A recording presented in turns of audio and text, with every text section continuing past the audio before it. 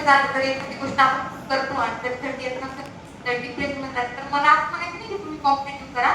Practical सांगते की तुम्ही कोणती गोष्ट करत असाल लोक 100% देतात ना, तर आपण 200% द्यायचं. बस एवढंच आहे. म्हणजे माझे जवळचे मित्र मैत्रिणी घरचे नातेवाईक बऱ्यापैकी पुण्याला गेले, पण माझं असं होतं की ते 10 तास करतात ना, माझी तयारी 13 तास करायची. आणि मी काही खूप हुशार नाही, खरं सांगते. एका वाक्यात लक्षात पण नाही राहायचं आणि आता पण तीच गेली. खोटं कसं सांगू मी ते सांगते. एकदा वाचत नाही, मुली 3 वेळेस वाचायच्या, मी जास्त वेळ देऊन 5 वेळेस वाचायची. बस एवढंच होतं.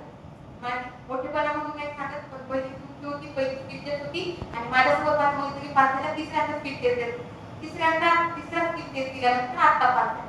तर विषय असा आहे की एक्सपिरियन्स त्यांना जास्त असतो, आपल्याला कमी असतो. पण जर आपला करेक्ट मग असेल ना, तर नशीब पण म्हणजे 90% 100% 100% होतं.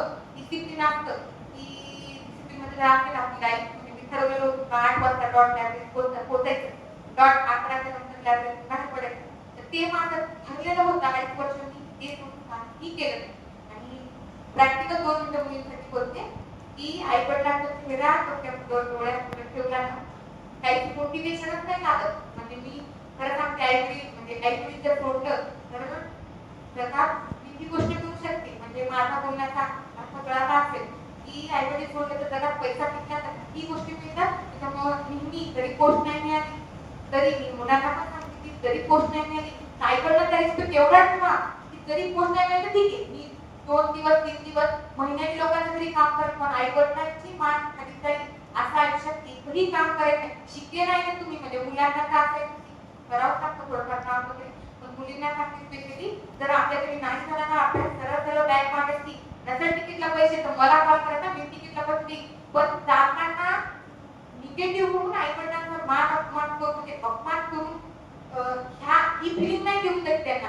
नाही झालं माझ्या आईकडे एक म्हणायचं, नाही झालं ना तू वापस ये, नाही झालं नाही झालं, टेन्शन घेऊ नको. आपण आज समजू 1-2 वर्ष शेतात पीक नाही ना, माझ्या आई शेतकरी आहे. इथं अगोदर होते, जॉबला पण सोडून गेले, पुढे गेले, शेती करत होते. तर म्हणजे उगाच काय ती बोलली, तू खोटं नाही बोलते. मला सांगते शेतीच करतात, शेती नाही 5 हेक्टर शेती. पण एक सांगते की परिस्थिती काही असते, बॅकग्राऊंड मागची पाठ आपल्याला दिसत नाही. काही जरी असतं ना, पण जर आपल्याला करायचं असेल तर कोणीही हेल्प करतं, कोणीही. मी इथं आले, मी असं म्हणत नाही सरांना मागे तसं नाही. तुम्ही आले आणि कधी पण सरांना प्रॉब्लेम सांगितला असेल, तुम्हाला एक वापस कोणीच पाठवत नाही, कोणीच पाठवणार नाही. एक सांगते मुलींना स्पेशली सांगते की म्हणजे नाही शिकायला तर नाही शिकायचं, पण आई वडिलांना निगेटिव्ह फील होईल अशी कुठलीच गोष्ट करत नाही. नाही शिकायला तर नाही शिकायला, मी खरं सांगते. आणि मुलांना सांगते की प्रामाणिकपणे म्हणजे आपली प्रत्येक मुली रिस्पेक्ट, म्हणजे मुलगी बहीण म्हणून हे करायचं, रिस्पेक्ट ठेवायचं. आणि जर तुम्ही प्रत्येक मुलीचा आई वडिलांचा आणि म्हणजे कसं बोलण्यात पण कळतं बरं आपल्या 2 मिनिटं आपण कोणाशी बोललो तर पुढचा व्यक्ती एवढा असतो की जर माझं वय वर्ष 24 आहे तर सरांना तेवढा 24 वर्षाचा एक्सपिरियन्स असतो. त्यामुळे आपल्या डोळ्यात पण आपले डोळे पण खूप काही सांगू लागत पुढच्या व्यक्तीला. त्यामुळे प्रत्येक व्यक्तीचा रिस्पेक्ट ठेवा आणि गिव्ह रिस्पेक्ट, टेक रिस्पेक्ट. मी जर मॅडम म्हणून कोणाला बोलत पण नक्कीच मला पुढचा सर म्हणून बोलत असतो. एक तर सांगतो की रिस्पेक्ट ठेवा आणि रिस्पेक्ट ठेवा.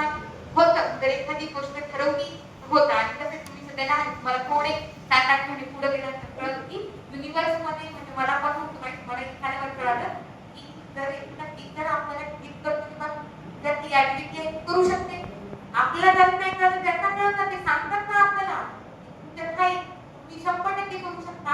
मला माझ्यात कळालं नाही, पण मदत जर झालं, त्यावेळेस जर झालं, मला त्यांनी सांगितलं हे करू शकते. आणि ज्यावेळी सांगितलं तिथून मला जास्त बदलायला वेळ नाही लागला.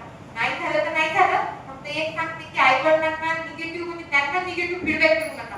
म्हणजे पैसे लावले लेखू म्हणून त्यांचं कर्तव्य असतं आणि आपलं पण एक लेखू म्हणून त्यांचं फीडबॅक त्यांना एवढं द्यायचं असतं. पण तिचं काम कधीच कोणाचा अपमान वगैरे त्या गोष्टी. आणि खरं सांगते, फक्त आई वडील सोडून खरं सांगते भावाचा पण चेहरा नाही थोड्या डोळ्यात बदल झाले, पण थोडं 5 मिनिटं तरी टाइम टेस्ट केला ना कोणाजवळ आपण 5 मिनिटं सहज जरी केला तर असं म्हणजे मला वाईट वाटायचं की मग आपण आईवडिलांनी शिकायला पाठवलं आपल्याला. आपण 5 मिनिटं आपल्या लाईफचे कोणाला का देतो? तुम्हाला टाइमचं इम्पॉर्टन्स आता नाही कळणार, तेव्हा टाइम जातो. 11-12 मिनिटमध्ये टाइम केल्यानंतर मला असं झालं की आपण अभ्यासच नाही केला, ते आपला 100% आपण दिलंच नाही. तिथून बाहेर पडल्यानंतर मग मला एक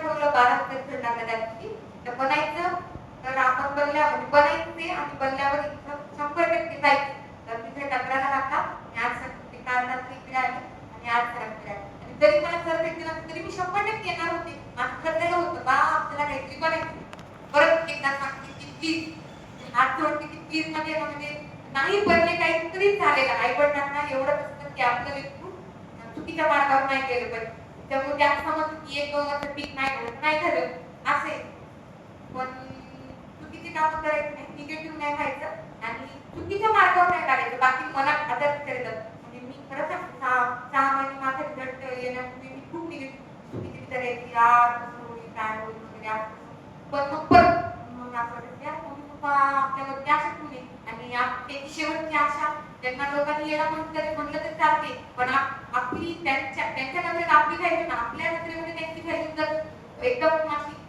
ऍडव्हान्स असेल ना तर कोणी काही म्हटलं तर ते ऐकून घेतात मी खरं सांगते एकदम डायरेक्ट ते तुमच्या म्हणायची बाय ते पुण्याला आहे वगैरे असं पण तुम्ही पण इकडे बघतच असणार ना ते कारण त्याचं वगैरे आणि काही प्रॉपर नसते असं खूप जण म्हणतात की बस मला एवढं दिवस काय असते का पण जर आई वडिलांनी पंक्ती दिली ना त्या पंक्तीने सोन्यात रूपांतर कसं करायचं हे मुलींच्या हातात असतं आणि मुलांचं पण ठीक आहे मुलांनी डॉमिनेट नाही करत तुमच्या पण बद्दल तेवढं रिस्पेक्ट पण मुलींचं कसं असतं थोडंसं हे असतं प्रेशर असतं प्रेशर जरी असतं तरी पण ठरवलं ना करायचं तर युनिवर्स साथ देते युनिवर्स तुम्हाला सारखं म्हणते तिकडे बघते पण ते ना त्याला फील व्हायचं त्याला फील होत असतं थोडं सांगते की थोडं स्वतःवरती कॉन्सन्ट्रेट करा आणि जरी इथून प्लस मायनस आयुष्यात झालं तरी वाईट वळणा करत किंवा चुकीचे मार्ग नका स्वीकार जे आहे ते कधी ना कधी तर आपल्या नशिबात असेल नशीब म्हणजे नशीब नाही नशीब कसं आहे म्हणून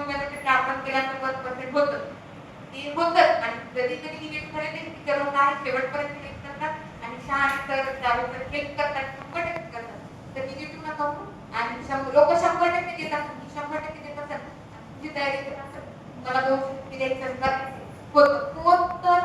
होतच जर ठरवलं एवढं सांगते की सरांनी मला हेल्प केली खूप नॉर्मल आहे एकदम 79-80% मला हसते 12-72 क्रॉप सायन्स गोष्टी घ्यायची चौऱ्याण्णव वगैरे पण त्यांनी मार्क आणि सर चॉकलेट देतात मला बऱ्यापैकी चॉकलेट मिळायची तर आठवड्यात ठीक आहे मी त्यात मग काय 200 भेटते तर 200 पडायला पाहिजे असं मी वर कॉन्फिडन्स मध्ये होती चॉकलेट मग भेटती पण मग पडली 94 ते वर कॉन्फिडन्स मध्ये नाही सर नाही होते पण फक्त माझं स्वतःचं वर कॉन्फिडन्स चॉकलेट पडतात नाही सर शिकवतात तर माझ्या काही गोळी 20 व्हायच्या फायनल पेपर मध्ये मग तेच तर म्हणतात आपल्या गोळी 20 होतात सरांनी जसं तिला ऍक्युरेट तसंच डोक्यात ठेवायचं आणि 100% तुम्ही द्यायचं आणि मी खरंच एकदम नॉर्मल एकदा तर सरांनी मला सांगितलं मला कळत नाही 6-7 वेळेस एक क्वेश्चन करायचे तर विचारले तर मला येत नाही कसं आहे मेन गोष्ट की आडवतो खूप एक नाण्याची आता सांगितलं की दुसऱ्या मुली 2-3 वापरत असेल तरी 5-6 वेळ वापरतो म्हणजे मेहनत येऊन ती रेग्युलरिटी तिला जे यश भेटलं ना या यशाच्या पाठीमागे तिची प्रचंड मेहनत आहे आणि रेग्युलरिटी आहे तिला कन्फ्युजन राहायचा डॅनियल सेल मध्ये असं आठवते